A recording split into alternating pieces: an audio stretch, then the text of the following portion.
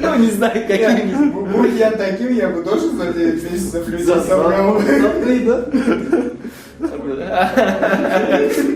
Ну, кстати, да, жақта қыздар көп. Ұлдарға қарағанда қыздар көп. Мен командада уже қанша адам жүрген, ең көп қыздар білмеймін. Ұнайды қыздар. Жазда үйленемін. Жазбаймын уақыт бар. Арман деп ойлайыншы мен соған Мақыл, айтшы. Феррари алдым. И бір ламборджини. О, окей. Ол арман ғой. Окей. О, кредитов не хочется. Конечно, кредита не хочется брать. Да. Окей. Он еще тот депутат. Ему только дай возможность. Не, ну реально как делать нечего. 200 человек собрать, здесь по-любому 6 дебилов. 6 дебилов, думаешь? Ну, Айгүл Иманбаева жүріп жатқан. Ол тоже біздің командада жұмыс жасау. Ол кез келген адам қосылған кезде оған профессионально фотосессия жасап береді. Бір айға, яғни контент план бар. Ал мен өзім инстаграмды қалай настраивать, қалай сторис полностью, қалай, әдемі фото анау, мен түсіндіремін мен мысалы. Онлайн үлкен. я попробую. Ты попробуй. Ну, чем не учусь? Ну да, не хочется вот на тему, просто вот это вот өлтіреді да мені. Это видеода көреді да. Одан бөлек бізде тағы да бір-екі методтар, оны да айтпаймын, қазір артынша өздерің айтамын қалай жұмыс жасайтынымызды. Скорее всего, я завтра буду еще раз.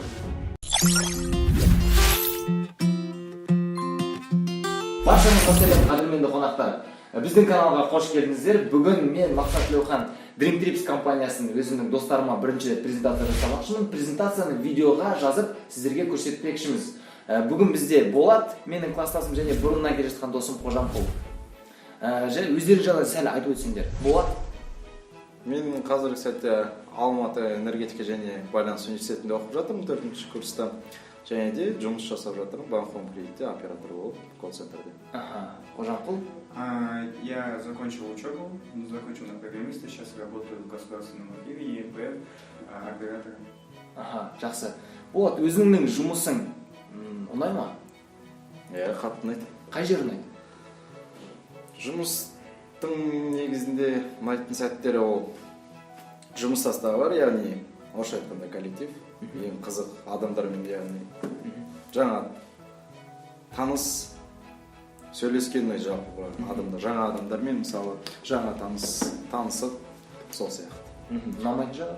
Ұнамайтын жағы жоқ, себебі жұмыс өте қызық. Керемет. Қожамқұл, ұнайтын жағы, ұнамайтын жағы өзің жұмысыңның? Нравится мне только тем, что в архиве кроме меня никого. Я сижу на 8-м этаже, один, мне никто не говорит. Я делаю свое дело. Мне это нравится. А что не нравится? Не нравится, когда мне чересчур много заставляют. Не любишь больше, много работать? Я люблю работать, но я не люблю, когда меня заставляют. Окей, хорошо. То есть өзің жұмыс жасаған жақсы көресің? Да. Тыныштық қой? Очень. Все, жақсы, хорошо. Сендер саяхаттайсыңдар ма өздерің? Саяхат көрмеймін, бірақ саяхат. Вообще қыдырасыңдар, да? Да? Қыдырасың. Тауға, может, там, гүлге, да. Қыдыратын болсаңдар, қыдырып келгеннен кейін достарыңа айтасыңдар ма? Достарыңа? Да. Қыздарға, досыңа. Ну, конечно. Да. Если было что-то веселое. Ну да. В основном қалай?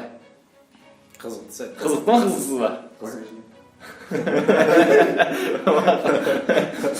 Соны айтқан қызық, да? Конечно. Жақсы. Қыдырып келген кезде суретке түсесіңдер, да? Суретке, видео, Инстаграм, қызық сәттер түсіресің. инстасторис. Сендерге Инстаграмға суретке салған үшін біреу негізі ақша бере ма? Зачем? Нет? Хорошо. Сендер қыдырасыңдар, может порожняк емес, да? Бұл жерде порожняк болмайды. Қыдырасыңдар, суретке түсесіңдер, соны достарыңа айтасыңдар және Инстаграмға суретке саласыңдар. Сол үшін сендерге ақша береді. Қалай? Сондай жұмыс. Керемет. Қожа? Да, прикольно. Жақсы. Сендер сетевой маркетингке не екенін білесіңдер ма? Былай есіңіз бар. Қожамқұл? Ну и да, есть. Қалай қарайсыңдар? Жақсы, жаман? Жақсы. Қожамқұл? Нейтрально. Өзің болып көрмедің, да? Нет. не был. Ага, все окей. Ну, сетевой маркетинг ол кез келген товардың продвижениесі. Ну, кез келген жерде бизнес продвижение. Жақсы, сетевой маркетинг ешқайсы оқымайсыңдар да? Жақсы, ондай болатын болса, жігіттер, мен қазір сендерге бірінші, қалай қыдыруға болатынын саяхаттауды түсіндіремін. Одан кейін про бизнес, яғни бизнеспен қалай ақша табу болатынын, жақсы ма? Біз қазір жұмыс жасап жатқан платформа немесе сервис Dream Trips деп аталады. Dream Trips, яғни бұл дүние жүзіндегі ең тиімді бағаларды ұсынатын жабық саяхатшылар клубы десе де болады. Dream Trips. Және біздің жұмыс жасап жатқан компания ол Rovia және World Venture деген компания. Rovia дүние жүзіндегі америкалық компания, рынокта 30 жыл жұмыс жасап жатқан. 2012 жылдан бері 2018 жылға дейін World Travel Awards деген дүние жүзіндегі ең мықты туристический награда, және де Magellan Awards. Бұл как Оскар, бірақ туризмдағы. Сондай нәрсе. Жалпы, Dream Trips дегенімізде Dream Trips телефондағы приложение, яғни мобильный туроператор, немесе платформа. Яндекс такси деген білесің, InDriver. Бұрын білесіздер, бұрын адамдар жай такси ұстайтын, қазір бәрі телефон арқылы. Яғни бұл да қазіргі жаңадан келіп жатқан нәрсе. Америкада қазір туроператор деген нәрсе жоқ. Москвада туроператор деген нәрсе жоқ. Бәрі телефон арқылы. Телефонға кіресің, заказ бересің, бәрін аласың. Яғни Қазақстанға біз енді бірінші алып келіп жатқан осындай бір сервистердің бір түрі. Яғни телефон, туроператор. Түсінікті да? Ары қарай. Dream Trips дегеніміз, Dream Trips арқылы қыдырудың, саяхаттаудың 3 тәсілі бар. Яғни біріншісі дайын Dream Trips сатып алу. Дайын Dream Trip дегеніміз не? Сендер көрген шығарсың Инстаграмда, мүмкін рекламаларда барлығы дайын, все включено, все қыдыра бересіңдер деген нәрсе, да? Сол сияқты нәрсе, яғни бірақ бұл жай горячий тур емес, бұл VIP, on exclusive, ең мықты тур десе де болады. Яғни өзіміздің мемлекет таңдаймыз, қайқа барғыларын келіп, мысалы болады. Европа. Неге? Өзім бала кезден арманым бар. Қожамқұл?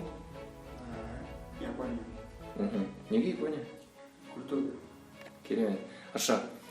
Япония мысалға, Европа мысалға, мияқта культураны таңдаймыз, мияқта Европа там просто қыдыру дейміз мысалға, таңдаймыз. Одан кейін бізге мынандай Dream Trip'тер, дайын Dream Trip'тер ұсынады. Мысалға Чехия, Прага, 5 күн, 4 түнге. Проживание в 5-звездочном отеле. Что включено? Дайын Dream Trip деді ма? То есть он же не возможно. Тур на целый день по Кутна-Гора, то есть с гидом, включен проезд полностью. Қыдырасың, қай жаққа экскурсия полностью автобуспен сендерді апарады. Одан бөлек сендерге қосылған ежедневный бесплатный спа-фитнес-центр, оның ішінде сауна, бассейн, баня. Ұнай ма? Ондай нәрсе бар екен, да? Жалғыз өздерің или достармен, может? Айтсын нәрсе. Білем қабырасыңдар, да? Достармен, да? Олдар қыздар. Ақыл жақсы, ары қарай. Приветственный прием с закусками. Мүмкін шампанский, вино, сок. Сендер самолетпен келесіңдер, сендер күтіп алады трансфер. Dream Trips, келіңдер, күтіп алады сендер. Сендер жаңағы 5 жұлдызды отельге алып барады сендерді полностью. Одан бөлек сендерге оның ішінде городский налог, яғни налог деген қалай қазақша. Городский налог қосылған, және де 4 завтрак, 1 ужин және 1 ланч қосылған. Бұл Dream Trip'тің ішінде. $359. Қалай? Басқа сайттан көрсеңдер, бір жай ғана осы отельдің броньның өзі $300-400 болады. Неге бұндай тиімді бағалар? Бағана Rovia мен жұмыс жасаймыз дедік қой, ең мықты туристический гигант десе де болады. Ол 1, 2, 3, 4 жыл алдыға турларды сатып алады. Сөйтеді бізге розницамен сатады. Наценка болмай түсінесіңдер да? Сол үшін бізге тиімді баға ұсынады. Және $359 бөлек $164 барқайтсақ болады. Егер қолымызда 195 points деген нәрсе болатын болса, яғни внутренние деньги, внутренние очки деп айтса да болады. Бұны қалай жинайтын артынша айтамын, жақсы ма? Жақсы. Ары қарай, мысалға Нидерланды, Амстердам. Біз бала кезімізден қайқа бармыз еді? Мен негізі Америка. Мақұл, Нидерланд, Амстердам. 4 күн 3 түнге, проживание в 4-звездочном. Ну, то есть, сол сияқты нәрсе. VIP турлар $389. Керемет? Нашар? Да. Қалай өздеріңе? Барамыз? Да. Бұның ішіне еще приветственный прием в баре отеля на двоих. Может, на двоих друзей, может, не знаю, там, қалай болатын, да? Да, с девушкой. Есть девушка, пожалуйста? Пока нет. Ага. Скоро будет. Бола есть девушка? Бар. Видео жауып тұрамыз, бар ма жоқ қандай? Хорошо, ладно, ары қарай. Италия Рим мысалға 4 күн 3 түнге $499. $199 барқатсыңдар. Мына енді білем. Бұл жаққа бармау $200, $100,000 жетпейтін ақша. $200 барқайтса болады мысалға. Бұның үшін обзорная экскурсия на полный день, включая пешеходный тур, билет вне очереди. Кстати, бұл жақта Dream Trips'мен болатын болса, сендерді ең андай бір VIP нелер сияқты күтіп отыршы. Бізде мысалға Инна деген қыз бар, алдына барып Италияға осы 2 күн бұрын, 3 күн бұрын барды, оны күтіп алады ғой. Күтіп алған кезде бұлар Dream Trips деп бұларды ұсынбаған, бұларды представлять етпеген Dream Trips деп. Ұсынбағанда какой-то бір жерге отырғыза салған, жатқыза салған. Потом бұлар тұрғанда консьерж сервис деген нәрсе бар. Ол қазір артынша айтам, заявка берген айтқан, что-то не то, дұрыс емес. Тұрғанда сразу бүткіл жаңағы отельді тұрғызғанда, бүткіл отельдің ішінен шулатқанда, именно жаңағылар тауып отырып, ең мықты VIP президентский, люксовый жаңағы неге комнатаға орналастырған. Өйткені Dream Trips дүние жүзіндегі мықты платформалардың бірі. Ары қарай, ладно. Австрия, Вена мысалға, қажақа, Греция, Афины, құдайлардың несі дейді, тарихи ең мықты жерлердің бірі. Ары қарай. Біз қыдыратын болсақ, негізі жалғыз қыдырғанға қарағанда, білген қожа саған қалай, жалғыз қыдырғандай ма, әлде обществомен? Қыдыру жағы енді өзіне қалай? Смотря где и с кем. Ну да, окей. Хорошо. Бұл жерде қыдыратын болсақ, мысалға, бұл Dream Trip дедім ғой, дайын барлығы. Мен алам, Болат алады, сен аласың, Россиядан Андрей алады, мысалға, Америкадан там, не знаю, там, Джексон біреу алады, допустим, и бәрі осы бір белгілі бір чат ашылады платформаның ішінде, бәрі сол чатқа қосылады. Біздің WhatsApp чаттарымыз сияқты қосыламыз, бір-бірімен сөйлесесің, танысасың, танысасың. Сосын барасың Dream Trip'пен, бір немен артынша барасың, бір отельге отырғызыласыңдар, бір-бірімен сөйлесесіңдер, танысасыңдар. Бұл жерге баратын адамдар кімдер негізінен? Саяхатшылар, саяхаттаушылар, жай ғана адамдар емес, өйткені 5 жұлдыз отельдерге кімдер бар, тек қана мықты адамдар бар деп ойлаймын. Және солармен танысасың, сөйлесесің, мүмкін бизнес партнер табасыңдар, мүмкін банкке барасыздар, бір банктың несіне, мүмкін архивта, білмеймін, өзің немен қызығасың қожа бұрыннан? Горы? Мүмкін сен горыға барғысы келетін адам табасың, да? Хорошо, ладно, осындай. Одан бөлек бізде спортивный и тематический Dream Trip. Өздерің білесіздер, біз бұрында неге қызығамыз? Баскетбол. Біздің балалардың бәрі баскетбол қызығады. То есть, егер спортивный, тематический, соның ішінде баскетбол таңдайтын болсақ, тек қана баскетбол қызығатын адамдар Dream Trip'қа барады. 5 күн или бір апта тек қана сондай адамдар бардыңдар, и сендер мықты мүмкін баскетболистермен, сол баскетбол болатын қалаларға барасың, сондай адамдармен сөйлесесің. Баскетболдан бөлек футбол қызығатын достарым бар шығар, өледі. Бір командаға біреу өткетсін, Рональдо ар жаққа өткет дейтіндер адамдар мысалға, да. Яғни сондай адамдарға достарың болатын болса, сондай достарың мысалға сол жаққа Dream Trip'пен тек қана сол Мадридқа или Барселонаға барып қайтуға болады мысалға. Одан бөлек тамаққа қызығатын достарың, таныстарың бар ма? Қыздар ғой көп. Да. Біздің қыздар жүресіңдер мысалға. Тек қана тамаққа қызығаттар, тек қана тамақ қызығатын 100 қыз бір жаққа барды. И ортырды, барып қайтқаныңыз 100 рецепт ауысты былай. Уже круто, да? Ары қарай. Волонтерский турлар. Волонтерство өздерің қалай? Мен мектепте есімде жоқ, сендер волонтерство қызыққандарың. Ешкім субботникқа шыққысы келмейтін, я помню. Я бы съездил в Африку. Я бы слетал, посмотрел. По-любому. Попробовал. Да. Попробовал бы. Пока не... Я просто... Нет, здесь у нас, в Казахстане, я просто не видел. Волонтерские туры это только если на улицу выйти, мусор собрать со студентами. Только в такого плана у нас я видел волонтеров. Нет, там бабушке помочь сумку перенести, это без проблем. Но я бы съездил, посмотрел бы. Я как бы в интернете, тогда как все сидят в интернете, я захожу, смотрю, вижу видосы, там разные звезды, разные люди, они летят в Африку, в Новую Зеландию, там помогают людям. Я бы тоже хотел попробовать полететь и посмотреть. Керемет. Сондай нәрсе, жаңа дайын Dream Trip'тер бар. Біздің танысымыз бар, Кенияға барып, бутылкадан үй салып берді. Прикольно же, тоже, круто же. Селфиға салып, это вообще класс. Сондай нәрселер бар тоже. Бұл дайын Dream Trip'тер болған жаңа айтылған. Оның ішіне тек қана авиаперелет қосылмайды. Все включено, кроме авиаперелета. Түсінікті, да? Авиаперелет бойынша, мысалға, неге авиаперелет қосылмаған? Өйткені әр адам әр жақтан. Біреу Америка, біреу Россия, біреу Қазақстан дедім ғой. Тиімсіз болып қалады. Сол үшін авиаперелет қосылмаған. Екіншіден, жаңа айттым ғой, кімге мысалға барғысы келмейді, біреулермен жалғыз өзім қыдырғым келеді дейтін адамдар болатын болса, адам өзі бұл платформаны қосады, соткада мен қазір көрсетемін қалай болатынын қосады, қай жаққа барғысы келеді. мысалға отель таңдайды, круиз, машина, перелет бәрін таңдайды да осы сервис арқылы. Ешқай там авиабилет басқа жақтан басқа жақтан бәрін бір сервистен алады да барады да қыдыра береді, қай жаққа барғысы келеді мысалға там өздері қалаған жақтардан. Бұдан бөлек ең маңызды нәрсе бұл жерде компания гарантия береді. Бұл баға ең төменгі. Бұдан төмен баға сендер таба алмайсыңдар. Тапсаңдар сендерге разница болады ғой, сол разницаның 110%-ын сендерге қайтарып береді. Өйткені Rovi оптовик. Rovi самый мықты, ең мықты гигант десе де болады. Бұл арқылы есесіне бұл компания рынокты анализировать етеді. Біреу тапты ма, мысалға, компания бағасын арзан екенін түсінді ғой, өзінің бағыттық бәрін түсіре салады. Түсінікті да? Екінші, және үшіншіден, мысалға, біріншісі дайын трип, екіншісі өзіміз қай жаққа баратынымызды жоспарлап өзіміз кететін болсақ, үшіншісі сол бірінші дрим трип сияқты, бірақ уақытын өзіміз таңдаймыз. 1 мен 2-нің комбосы десе де болады. Мысалға, Италия Тосканаға 5 күн 4 түнге ежедневный завтрак буфет, полностью бағана VIP тур, сол сияқты.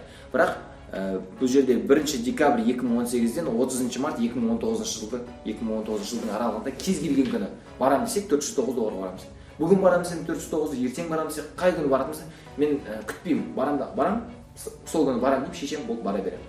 Жақсы. Бұндай нәрсе енді өте аз, рынокта бұл нәрсе аз десе де болады. Бұл жаңадан қосылып жатқан біздің сервистағы жаңа бір бағыттардың бірі. Жалпы. Сосын бағана айтқан болатын консьерж сервис. Порожняк дедім ме бағана? Енді бізде консьерж сервис деген нәрсе бар, 24 сағат, яғни бәрі бір сервистің ішінде 24 сағат аптасына 7 күн. Сервисқа кіреміз, заявка береміз, мысалға, ертең тауға барамын.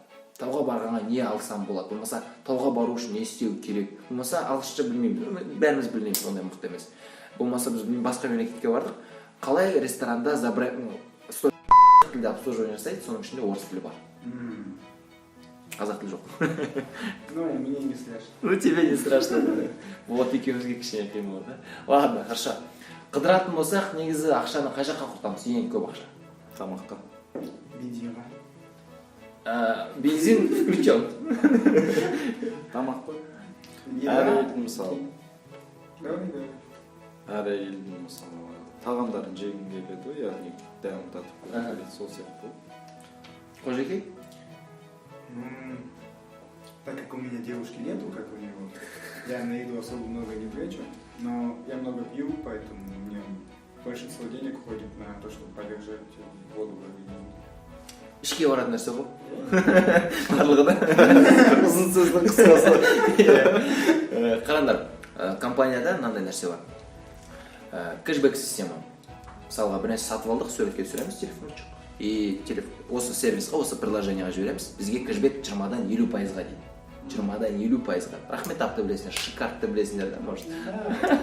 Сол сияқты UDS game мүмкін білесіңдер. Сол сияқты система. Кэшбэк 20-дан 50%-ға. Мына жерде 66-та $36 құртылған болатын. $20 бізге кэшбэк. Кэшбэк бізде points ретінде, яғни внутренний ақша деп айтып басындағы. Жиналып, мысалы, қыдырып жүрміз, тамақ, су бір нәрсе алдық, кэшбэк, и оны біз келесі өзіміздің саяхатымызға, қыдыруымызға құртамыз. Только саяхатқа ма? Иә, өзіміздің саяхаттауларымызға құртамыз. Болмаса авиаперелет деген сияқты. Я понял. Орел и решканы көрдіңдер ме? Ну, да. Знаменитый, конечно, кто я не видел. Сол сияқты система бізде бұл клубқа кіру үшін, бұл клуб жабық. Яғни бұл клубтың мүшесі болу үшін сендер өздеріңе белгілі бір карта аласыңдар. Бізде 2 карта. Орел и решкада біреу болады. Бізде Gold, ол бізде былай. И және Platinum. Platinum ол бізде күшті деген сияқты. Gold картаның ішіне не кіреді? 15 мыңнан астам, яғни 20 мыңға жуық Dream Trip, бағана дайын Dream Trip. 24 сағат аптасына 7 күн услуга консьерж сервисі, кез келген уақытта қолдана аласыңдар. Гарантия низкой цены. Суретке түсіресіңдер, бір жақта арзан болатын болса сендерге ақшалардың разницасын қайтарып береді. Скидки и кэшбэки қолдана аласыңдар оның ішінде. Поддержка в путешествиях, бағана чат ашылады, гид, трансфер всегда бар дедім. Одан кейін персональный сайт и приложение. Приложениені қазір сендер жаза аласыңдар, бірақ бағаларын көрмейсіңдер сендер. Өйткені бұл жабық дедім. Gold картаны алған кезде бұл сендерге бағаларын көре аласыңдар. Түсінікті да? Екінші Platinum. Platinum ішіне осының барлығы кіреді. Осы одан бөлек доступ к предпродаже на неделю, то есть туров на неделю раньше. Жаңа Dream Trip'тер тез сатып кетеді. 1, 2, 3 аптаның ішінде тез сатып алып кетеді. Өйткені тиімді бағада. Сол үшін платинумның картасы бар адамдар бірінші көреді, бірінші бір апта, голдкіде бір апта кейін көреді. Екіншіден, платиновый картада эксклюзивный турлар болады. Эксклюзивный турлар деген тек қана платинумда болады турлар. Одан бөлек используйте на 50% поинтсов больше, яғни платиновый картада поинтстар көбірек болады. Кейбір моменттар бар, айтылмаған местерге қысқа ғана түсіремін. Одан бөлек дополнительный привилегия, мысалы, бір қосымша шампанское бересіз, ал машина бір қыдырып қайтынар деген сияқты, болмаса тағы бір экскурсия подарыққа береді, или тур подарыққа береді деген сияқты нәрселер бар. Және бұл жерде бұл карта, өздерің фитнес-клубқа барған шығарсыңдар, телефонға единица мысалға тарифтермен жүресіңдер, сол сияқты бұл жерде де тарификация деген нәрсе бар, ежемесячный платеж, әр картаның өзінің поддержкасы. Gold карта айына $57, платиновая карта айына $100. Ол ақшаға біз өздерің саяхаттауға ақша жинайсыздар ма? Саяхатқа ақша жинайсыздар ма? Ай сайын жинайсыздар ма? Көп кетесіңдер ма? Ай сайын? Нет, не против, но при этом по-любому, если куда-то выходить, заранее рассчитываешь и к этому моменту... Бір-екі ай қойыңызды, давай, да? Жинақтайсың. Бір-екі қалам. Ең соңғы күндері ертең кетеміздер. Бізде барлық қазақтар деймін, бәрінде сондай мүмкін сондай косяк шығар да. Бұл жерде сол нәрсе болмас үшін ежемесячный платеж деген нәрсе бар. Бұл жаңа $57 сендер ай сайын өздерің ақшаларын внутренний ақша ретінде жиналып тұрады. Яғни мысалы бір жыл өтті, мысалы платинумда $1200 да, $1200 сендер өздерің саяхаттарына құрта берсеңдер болады. Түсінікті да? То есть жинағанға. Және де ай сайын төлеген үшін сендер осы сервисті қолдана аласыңдар. Кез келген уақыт алыңдар, кетіңдер. Круто. Одан бөлек едино, то есть бұл картаны қазір сендер сатып алу үшін, мысалға, бірінші рет сендер бұл картаны сатып алу үшін. Кәдімгі карта, дебетовый, визамен, болмаса MasterCardпен қайсымен алған кезде, сосын мен өзім MasterCardпен алдым. Одан бөлек соны сатып алу үшін. Gold карта бізде қазір $150 тұрады. $150 алған кезде $100 сендерге өздерінің путешествияларын сразу сақтап қаласыздар, и $50 сатып алған үшін. Және бір ай қолданғанға уақыт үшін. Платиновая карта бізде $600 тұрады. Бізде келесі ай қандай? Май. Қазақша қалай бізде? Мамырдың бір 12-сі ма, есімде жоқ нақтысы. Сол уақытқа шейін $600 емес, қазір онда $150 мен кіруге мүмкіндік бар қазірше. Яғни, дедлайн дейді ғой, сондай нәрсе. Жалпы сендерге тарификация вообще қалай сервис түсінікті ма? Барлығы түсінікті. Или сұрақтар болса, сұрақ қандай? Мысал ретінде Тоскана, жаңағы Италия. Италия. Мысал ретінде сен Италияға бардың, бір-екі күн ішінде өзіңе керекті жерлерін яғни аралап көрдің, мысалы. Және де Италиядан, мысалы, Францияға барғың келді. Сол мүмкіндік сондай бола ма? Яғни сен мобильді қосымша арқылы, яғни приложение арқылы, сол арқылы заказ беріп, қайтадан осындай не алып, Dream Trip, яғни дайын. Францияға мысал ретінде алса бола ма? Сол жерден, яғни бара алып. Сондай нәрсе, көбіне сондай нәрсе істейді бізде. Өйткені байқасыңдар көбіне 4 күн, 5 күн, 5-6 күн, 5-6 күннен беріледі. Мысалға, бір рет тұрамыз, $300 Европаға билет алдық. Барып қайтқан алып қойдық та, алдын ала. Үстемізді жаңағы $200-300-400-дан 5-6 мемлекеттен турлар сатып аламыз. Сонда бір кеткені $1000, аяқтан $1300 құрдық та шамамен. 4 мемлекетті, 5 мемлекетті көріп қайтамыз. Жарты ай мүмкін бір айға $1300-1500 қыдырып қайтамыз. Ондай нәрсе бар. Арасында передвижение таксимен, жаяу қыдыра берсең мемлекет өздерің білесің кішкентай. Ондай нәрсе бар. Тағы да. Получается, можно сразу купить несколько туров на несколько этих. Да. Даже несколько турлар солай беріледі. Наяққа алсаңдар болады деп эксклюзивный варианттар беріліп тұрады. Көбіне ол платинумда берілетін нәрсе. А получается, там все входит в эту сумму помимо билета на самолет. Да, жаңағы Dream Trip'ті алатын болсаңдар. Получается, ты получаешь вот за эти $400 полностью гостиницу, еду, передвижение, все, но билет на самолет покупаешь сам. Да. Өйткені жаңағы нәрсе келе ғой, өйткені бардық, мысалға бір рет бардық, қайтып кететін болсақ, арғы ыңғайсыз болып қалды. Сол үшін билет қосылмайды. Сол үшін өздерің үшін. Басқа сұрақ жоқ, да, пока что? Нет, больше. You should be here. Не деген сөз. Ты мог бы быть здесь. Побывать здесь. Или тебе следует, лучше маған өзіме, ты мог бы быть здесь деген сөз. Но ты не тут. Понимаешь? То есть бұл you should be here деген біздің осы Dream Trips сервисінің запатентованный флажогы. Бұл флажокты басқа Dream Tripстен басқа компания, басқа ешқандай ештеңе ала алмайды, қолдана алмайды. Өйткені бұл запатентованный. Кез келген қыдырған адам, реклама жасау үшін ары қарай мен сендерге айттым, бизнес жайлы айтылады деп. Реклама жасайтын болса, осы минутта мысалы Дубайға барғандар суретке түстіңдер да. Қолдарында You should be here деген флажок. Сендер достарыңыз, Дубайда жүрсің бе дейді, там, Европада жүрсің бе дейді. Да, там, қыдырып қайттым, там бір сервиспен, қолыңа не істеп алғансың деп, қалай болсын сұрайды. Біздің бала тем более, да? Сосын айтасың, там Dream Trips деген сервиспен Дубайға $400 барып қайттым дейсің, или там Европаға $1300 барып қайттым дейсің. Да ладно, че за, қалай маған айтшы дейді. Сен тұрасың, айтам, кездесеміз, сосын айтамыз. Ол жайлы қазір артынша айтады. Бұл сервисті кім қолданып жатыр? Жаңағы сенбейтін, бейтетін адамдар бар бізде. Яғни бұл сервисті кім қолданып жатыр? Мынаны бәрін білетін шығарсыңдар. Біздің заворларда кезінде 50 цент деп тұратын еді. 50 цент. Кэти Перри, Ричард Брэнсон, бизнесмен. Тони Роббинс мүмкін білетін шығарсыңдар. Ладно, большая мамочка. Мына жерде кім бар? Джордан Белфорд, білесіңдер ма? Волк с Уолл-стритта. Сондай, Уоррен Баффет, кстати. Уоррен Баффет ол дүние жүзі бойынша 3-ші орында тұрған миллиардер. 2-3-ші орында тұрған. Осы адамдар осы сервисті қолданып отыр. Миллиардер бол, миллионер бол, қарапайым адам бол, кез келген жерде чуть-чуть бір өзіңе бір нәрсе алып қалың деп тұрсыз, скидка, кэшбэк или там нәрсе. Оның үстіне бұл жерде айтып отырмын, мықты адамдар жүреді деп танысқанға. Яғни осы кісілер осы сервисті қолданады.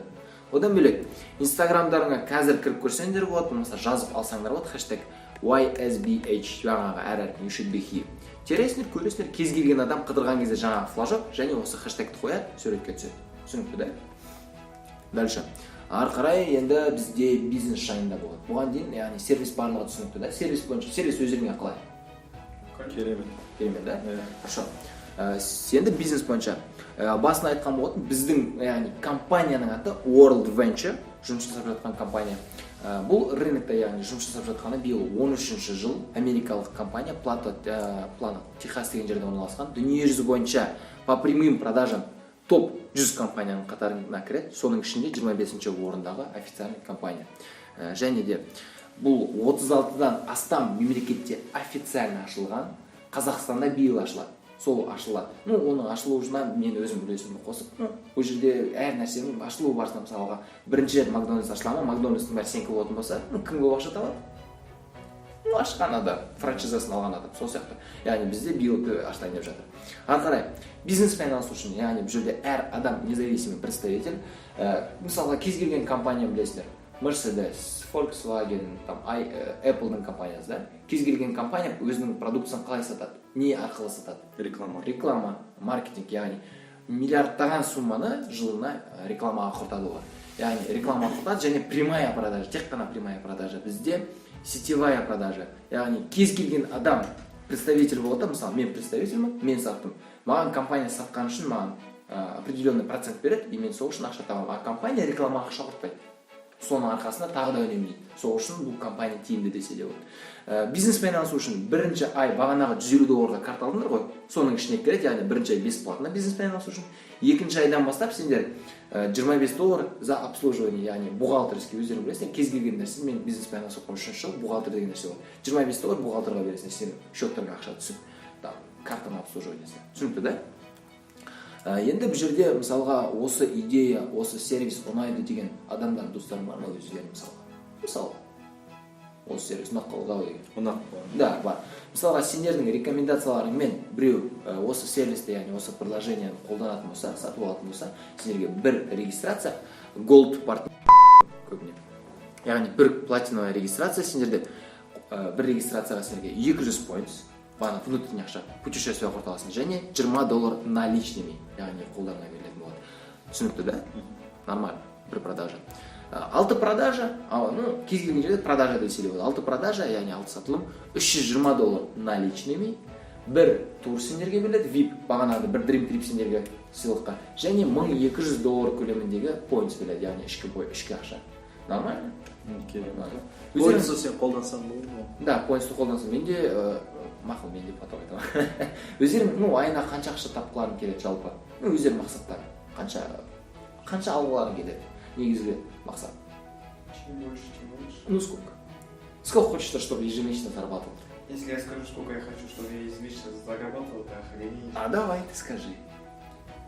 Ну, в идеале около 5-10 лямов. Тенге?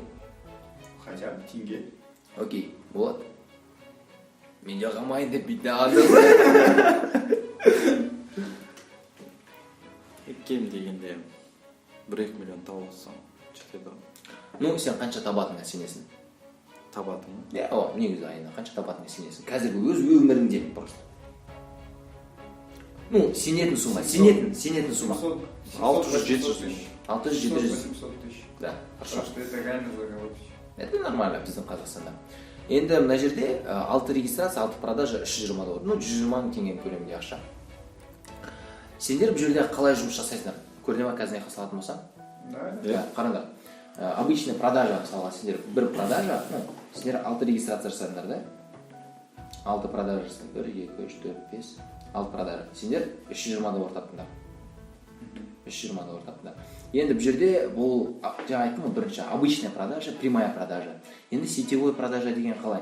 Сендердің командаларына кез келген адам продажа жасайтын болса, уже командный бонус кетеді. Дальше мына жерде 6 адамнан ары қарай тек қана командный бонус кетеді. Ну, өздерің қоса берсіңдер ғой, лично. Ну, лично 100 адамға сатып алған келе ма? Да? Лично 100 адамға. Хочешь? Ну, брат, ты ему ты?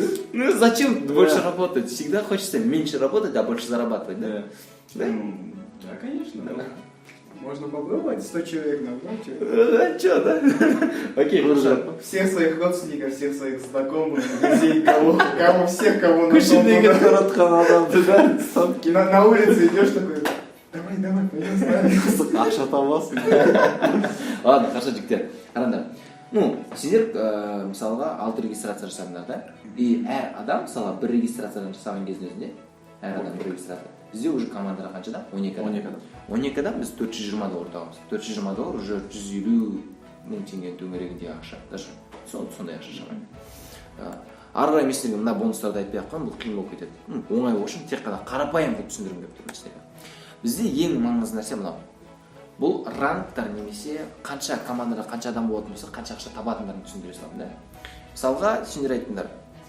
Мысалға, бірінші 3 уровень айтпай ақ қоймын. Мысалға, командада сендерде 30 адам болатын болса, командада 30 адамға дейін, сендерде командада 30 адамға дейін, ол сендерде активный доход. Активный білесіңдер, сендер істейсіңдер, ақша бар, сендер істемейсіңдер, ақша жоқ. 30 адамнан кейін, яғни 30 рекомендация, 30 регистрациядан кейін сендерде уже пассивный доход кетеді шамамен. 30 регистрация уже сендерде 630 доллар айына. 630 доллар уже 220 мың теңге төңірегінде. Нормально? Ну, нормально. 1 миллион қайсың. Окей, хорошо. 1 миллион қазір сендерге тауып беремін. Міне, директор. Команда мысалы 90 адам, 90 регистрация уже айына сендер 2000 доллар табасыңдар. Бұл уже 700-800 теңге төңірегінде ақша. Енді оптимальный мысалы ортасында 450 доллар, 450 регистрация, да? Мен сендерге ранктардың аттарын айтпай ақ қояйын, RMD дейді. Айына 10 мың доллар табасыңдар шамамен. Одан кейін бұл жерде ең, лимит деген нәрсе бар. Компания шексіз ақша бере алмайды. Егер шексіз ақша беретін болса, мен жақтан кетіп қалатын едім. Өйткені ол нереально, да? Если это уже что-то пахнет чем-то. Чем-то. Окей, бұл жерде максимально IMD деген ранг. Яғни интернациональный маркетинг директор, командада 1000 адам сендерде. И табыстарың айына 45 мың доллар. 45 мың доллар айына 17 миллион теңге. Еще такой счастливый. Сен қанша дедің? 5-6 миллион дедің, да? 5-6 миллион, ол бізде командада сенде 9 адам болатын болса, айына 20 мың доллар табасың. 20 мың доллар, сондай ақша, примерно. 5-6-7 миллион теңге. 9 адам. Окей, хорошо. Одан бөлек маяқтағы бонустар бар, бұл бонустар тоже түсіндірмей ақ қоймын сендерге. Сендер егер бизнеспен айналысатын болсаңдар, сендер международный тренингтер болады, мысалы, по бизнесу, по личностному росту деген сияқты. Мини-тренингтер болады қалаларда, бізде Алматыда ертең мысалға тренинг болады. Илья Стефаненко, Олег Цугуля деген адамнан. Илья Стефаненко, кстати. Все, хорошо. Ары қарай.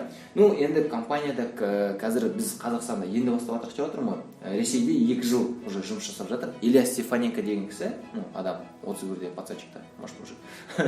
2 жыл бұрын бастаған болатын. Ол қазір IMD деген рангқа жетті. 2 жылда. Айына 45 мың доллар табады. Плохо или нормально? Или круто? Что это? Бул Ольга Семенова деген әйел тура осы IMD деген нәрсеге 9 айда жетті. Я примерно понимаю, почему. Ну, не знаю, каким. Будь я таким, я бы тоже за 9 месяцев людей собрал. Окей, хорошо. Ну, 9 айда IMD деген рамқа жеткен болатын әйел. Ары қарай, ну, NMD, Олег деген мына жігіт. Ары қарай айта берсек көп, кім бар, қалай бар, ол маңызды емес. Ең маңызды нәрсе, бұл адамдар уже жетті, бұл адамдар қазір жұмыс жасап жатыр. Инстаграм көрсеңдер болады, және YouTube хейлеп көрсеңдер болады, қалай, қанша. Енді жалпы маңызды нәрсе бұл сервис ұнады, ұнамады. Сендер айттыңдар ұнады да мысалға. Бұл жерде ең маңызды нәрсе решение қабылдау, яғни шешім. Шешім мен үшін қандай болды мысалға? Жоқ, ұнаған жоқ. Мысалға да. Ондай адамдарға мен айтамын, все, давай, дальше не будем работать, допустим. Или ойланып көр деген сияқты. Инстаграм беремін, или ВКонтакте беремін. Или, я, ұнады, ара жұмыс жасаймыз, қандай картаны таңдаймыз, жұмыс жасаймыз. Енді мен өзімен де сендер сұрақ қойып, сен өзің басқа проекттарың бар, басқа жұмыстарың бар, неге бұл сервисті таңдадың деген сұрақ қойып, мен өзім уже сервисте жүргенімнен, вообще бизнес саласында жүргенім 3 жылда оқыды, өздерің білесіңдер, да? Трейдингта болдым, тендерда болдым, чехол саттым, вилкамен айналыстым, арбитражный тренингпен айналыстым, валютный рынокта торговать, көп жерде болдым. Неге қазір мен ең маңыздысы осы Dream Trips деген сервисті таңдадым? Неге? Маған бір адам келді, бір нәрсені есептеп берді болды. Бірақ нәрсе. Мен сіздерге сол нәрсені есептеп беремін, неге ол нәрсені, сендер просто көрсеткім келіп тұрды, неге мен бұны таңдадым? Я, кажется, знаю, почему ты выбрал. Почему? Ты вон это увидел, как я. Ну, кстати, да, бұл жақта қыздар көп, ұлдарға қарағанда қыздар көп. Мен командада уже қанша адам жүрген, ең көп қыздар білмеймін. Майт қыздарға, өздеріңе болат түрін істеп жатыр. Ертең күлім осы видеоны көрсең. Жазда үйленем. Жазбайын уақыт бар. Можешь Тойдың адам. Мальчишник деген нәрсе болады емес? Болады. Вот, осымен емес. Ладно, хорошо, жігіттер. Кез келген ер азаматтың мысалға мақсаты не? Жай ғана қарапайым, жай ғана қарапайым. 25 миллион теңге тұрады, біздің қарапайым. Енді үй пустай алмаймыз ғой, ішінде ремонт жасаймыз, заттар аламыз примерно. Кухняның өзі 1 миллион қашады, 5 миллион теңге қосамыз тағы заттармен. Және машина. Бәріміз машина алып жүреді. Қандай машина алып жүреді дәке өзі? Қазіргі сәтте. Вообще армандағы. Не, арман емес. Цель. Қандай бір осы 1-2 жылда деген сияқты қандай машина? 1-2 жылда? Өзім мысалға. Чего хочешь? Бір суперкар алғым келді. Суперкар? Қандай? Өзім арманым деп ойдайшы, мен соған жетіп. Мақыл, айтшы. Өзіме бір Феррари алғым келді. Не бір Lamborghini. О, окей. Ол арман. Окей. Біздің компанияда Сашин деп инстаграмда көрсеңдер, This is June деп көрсеңдер болады. This is June. Ол 3-кратный IMD. Ондай нәрсе бар, кстати. 3-кратный IMD, қазір айына 130 мың доллар табады. Лимиттері мына жақта 45 мың доллардан көп таба алмайсыңдар сендер. Одан кейін сендер новый команда создавать етесіңдер, новый қайтадан жасайсың, сол кезде сендер E2 дабл IMD жабасың. Сол 3-кратный IMD қазір Lamborghini, Ferrari, там 1-2 Range Rover бар. Қанша 3 жылда ма, 4 жылда ма жетті. Здесь есть June. Нормально. Так что это можно, возможно. Реально, хорошо. Қожа, өзің қандай машина? На данный момент? Да. ИС-250. Сколько стоит? 4,5-5 миллионов. Окей, 5 миллионов добавим, вот синька реалистичный. Мен армандады. Окей, хорошо. Ну я тоже, допустим, беру Мерс, допустим, видишь? 4 жылда Феррари, окей. Тілектеспін. Тілегім қалың болсын. Бізде цель қандай? 25, 5, қосу 5. 35 миллион теңге. Бұл бізде цель или мечта? Мақсат. Да, мақсат. Оған енді қанша жылда жетемін деп жүрсің? Қарапайым машина. Вот к этому? Да. Если на нынешней работе к 30 годам не суть будет. Сейчас тебе 21. Болат сен қанша уақытта жетемін деп жүрсің өзіңе? Қарапайым машина өзіңе. 5 жылда жетсе болады. 5 жыл. Не, можно, но просто как бы на данный момент у меня цель стоит до 30 лет, это свой собственный дом, плюс небольшая квартира и машина. Ну, 10 жыл дейік, да, онда? 10 жыл дейсің, орташа мен Жуықтау. мен өзім айттым 5 жыл деп айтқам. Маған есептеңіз, мен 5 жыл деп айттым. Ол аха, окей, хорошо. Қазір есептейміз. Это тоже окей. Бұл өзің, айлығыңды айтасың ба, қанша мысалы видеоға біле, надо об этом. Окей. Онда просто мен өзім сұраймын. Онда просто видео болғанша сұрамай қойып тұрмын. Айына Қазақстанда немесе Алматы, Қазақстанда да орташа айлық қанша? 45 мың теңге. Орташа. Қожамқұл. Как сказали по телевидению, 500 минут. Ну, давай реалистично. Реально, өздерің. самая низкая цена это около 37, 30, В среднем, давай В возьмем. среднем? В среднем 70-80. Смотри, я полгода назад искал, когда работу себе. Больше зарплаты 70 тысяч тенге вообще никто не предложил. Ол орташа ма? 70-80. 70, ну 100 тысяч, окей. Давайте 100 тысяч, да? 100 тысяч. 100 тысяч это нам, Может келген қазақ 500 мың теңге табады. Ну а так вообще по закону у каждого дома должен быть 500 тысяч тенге. 450 мың теңге айтады. нету. 500 мың теңге айна жоқ бізде, да? 100 мың теңге бар бізде, мақұл. И то, мақұл, ары қарай 100 мың теңге. Егер біз айна 100 мың теңге табатын болсақ, да? Біз, маған қазір қаншада? Мен мысалға 22-демін, да? Мен 23-тем мысалға дейінші, 24-тем мақұл, да? Кез келген, среднестатистический 24 жастағы адам алайық. Ол квартира палатасы бар, тамағы бар, әйелі бар, там расходтар бар. Соның бәрін алып тастаған кезде қанша ақша бөліп отыра алады өзінен? Ну давай так посчитаем. Мен былай айтайын, 100 мың теңге ештеңе ештеңе. Негізі Өзіңе де жетпейді. жетпейтін, білем, енді біз 35 минут теңге білен сияқты жетпейді. Нет, ну если смотри, вот считать 100 тысяч, то будем говорить 35 тысяч это квартплата, плюс 30 тысяч это твоя еда Да. каждый день на машину, туда-сюда, на работу. 65. И вот сколько у тебя остается? 35. 35 тысяч.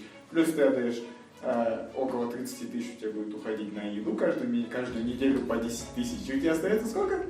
5 тысяч тенге, Ну, которая пойдет твоя жена сделать тебе маникюр. И то не хватит. Мақұл, хорошо. Давайте есептейміз. Жыртылып атып 10 мың теңге бөлдік. 90 мың теңге өмір сүруге болады. 70 мың теңге айлықпен өмір сүріп отыр адамдар. Ну да. Да? Қосымша табыс көздері болады ғой. 70 мың. Таксовать Жоқ. дейсің, жарайды. Да, жоқ, қазір осымен есептейміз просто. Артынша мен қазір үлкейтемін, көреміз. 10 мың теңге бөле аламыз енді, жыртылып жүріп. 10 мың теңге. Кімде калькулятор бар? Просто есептейміз. Бізде 35 миллион цель. Екеуіңе ашып көрсең, 35 миллионды бөлеміз 10 мыңға.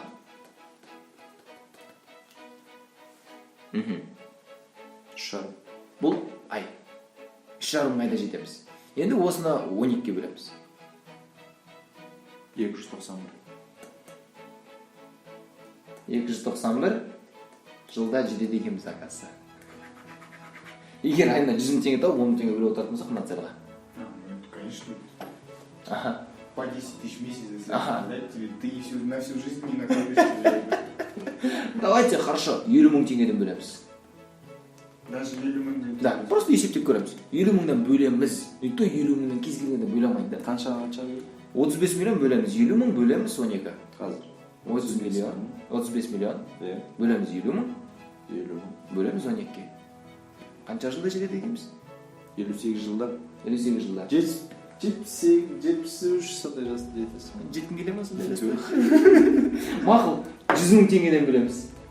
Сол кезде 30 жылда жетеміз. А мы хотели за 10 лет. Ладно, хорошо. Давайте 200 мың теңгеден бөлеміз. 15 жылда жетеміз. 10 жылда жетемеміз әлі. Да? Давайте 400 мың теңгеден бөлеміз. Пацаны, ипотека есть, кредит есть. О, кредитов не хочется. Ну, конечно, Да. кредиты не хочется брать. Да. 400 мың теңгеден бөлсек, біз 7 жылда жетеміз, 7-8 жылда.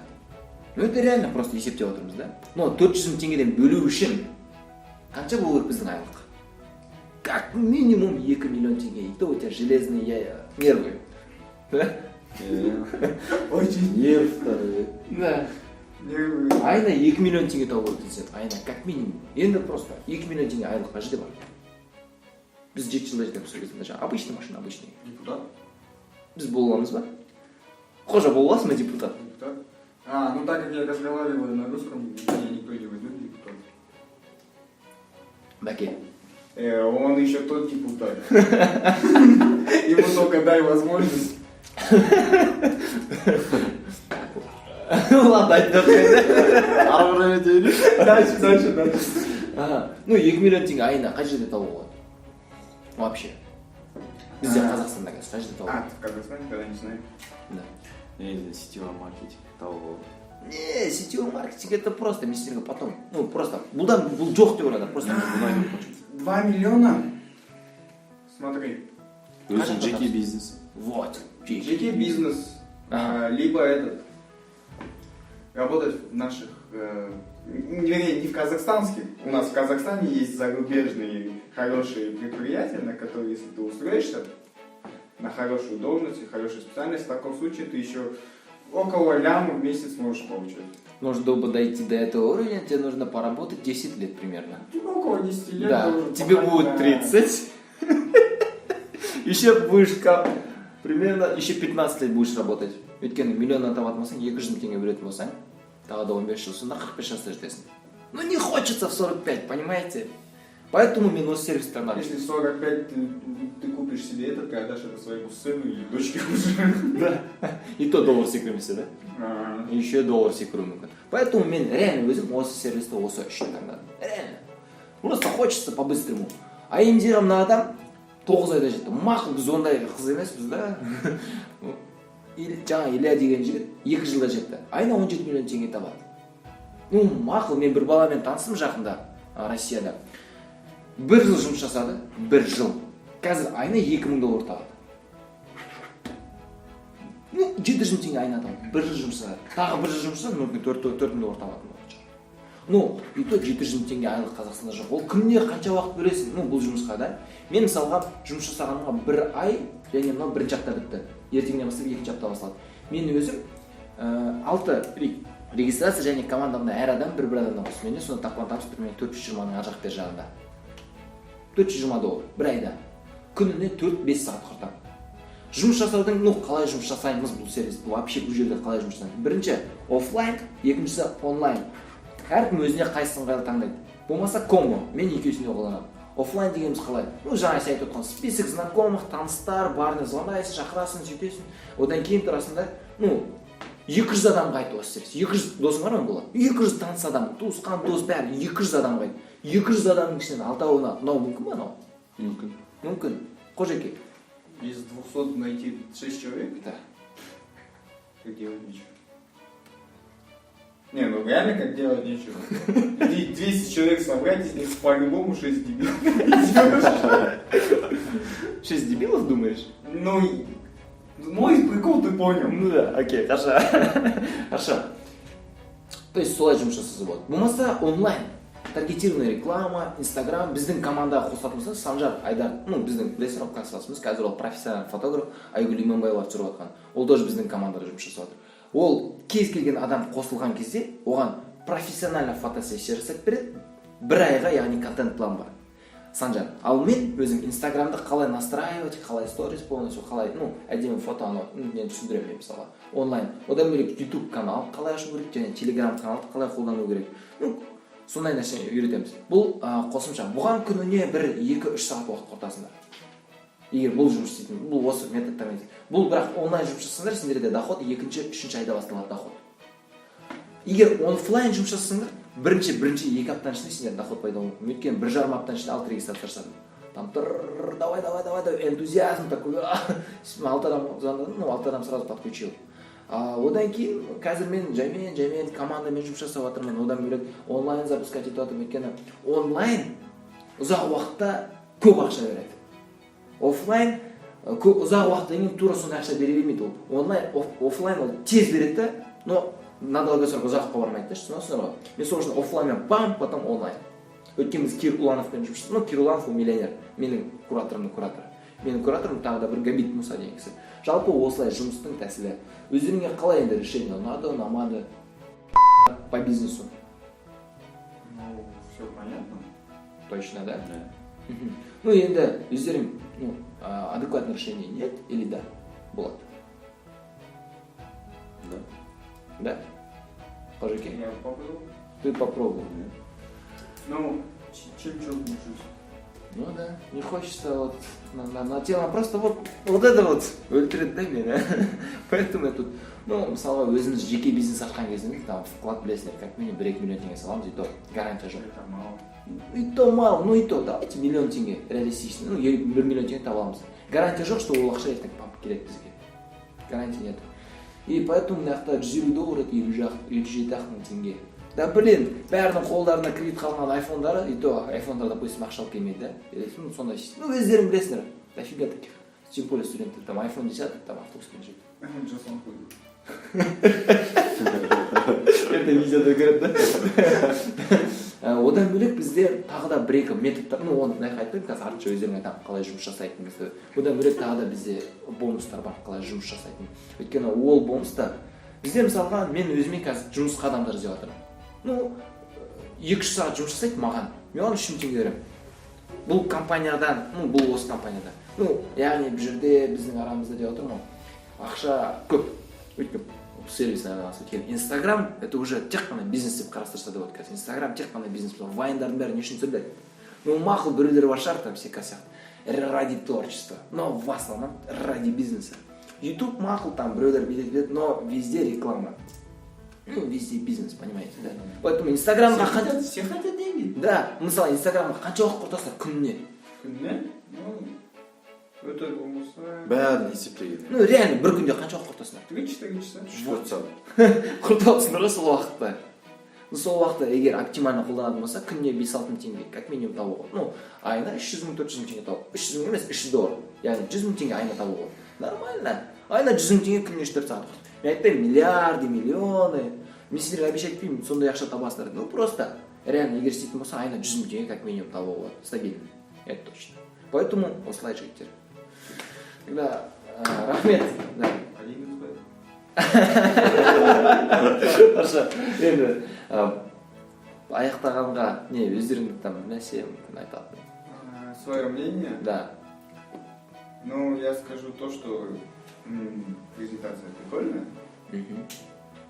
Конечно, вытащил ты меня не вовремя из дома, но я, в принципе, послушал, узнал. Скорее всего, я завтра к тебе еще раз зайду. Бәке. Негізінде презентация яғни осы Жақсы демен реально отзыв айтты. Там жаман болса жаман, мына жер ұнамады, мақсат сен былай дұрыс істемедің деп тоже айтсыңдар. Ну, былай айтып отырмын полностью реалистичный деп. жоқ, негізінде оның жаман еш жері жоқ, яғни ешқандай минустар жоқ. Бірақ любой нәрсенің өзінің.